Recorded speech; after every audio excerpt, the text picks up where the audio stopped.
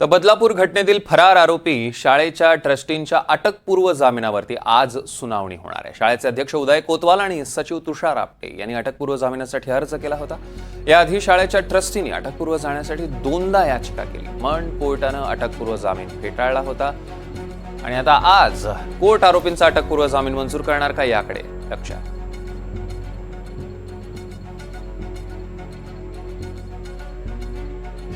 निनाद करमरकर आपले प्रतिनिधी आपल्यासोबत फोन लाईन वरून जोडले गेले आहेत।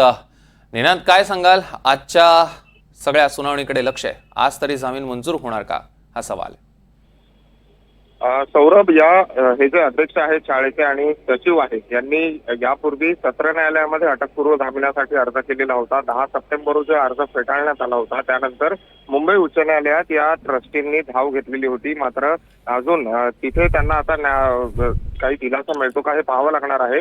आपल्याला माहिती आहे की बदलापूरच्या ज्या शाळेमध्ये ही घटना घडलेली होती त्या शाळेत हे जे ट्रस्टी आहेत त्यांनी हा प्रकार दडपण्याचा प्रयत्न केला, पोलिसांना योग्य वेळ त्याची माहिती दिली नाही असा आरोप त्यांच्यावर आहे आणि याच प्रकरणात त्यांच्यावर गुन्हा दाखल करण्यात आलेला आहे। पोक्सो कायद्याअंतर्गत त्यांच्यावर गुन्हा दाखल आहे आणि त्यानंतर हे सगळे जे ट्रस्टी आहेत ते फरार झालेले होते। दुसरीकडे मुख्याध्यापिका मात्र पोलिसांच्या चौकशीला सहकार्य करत होत्या आणि त्यांना नंतर जामीन सुद्धा मंजूर झालेला आहे। मात्र हे जे ट्रस्टी आहेत ते तब्बल 1 महिन्यापासून फरार आहेत आणि याच बाबत वकील सुद्धा आज न्यायालयामध्ये प्रश्न उपस्थित करणार आहेत की 1 महिन्याच्या कालावधीत पोलिसांनी या ट्रस्टींना अटक का केली नाही आणि या सगळ्यावर आता न्यायालय काय भूमिका घेतं हे पाहणं महत्त्वाचं ठरणार आहे।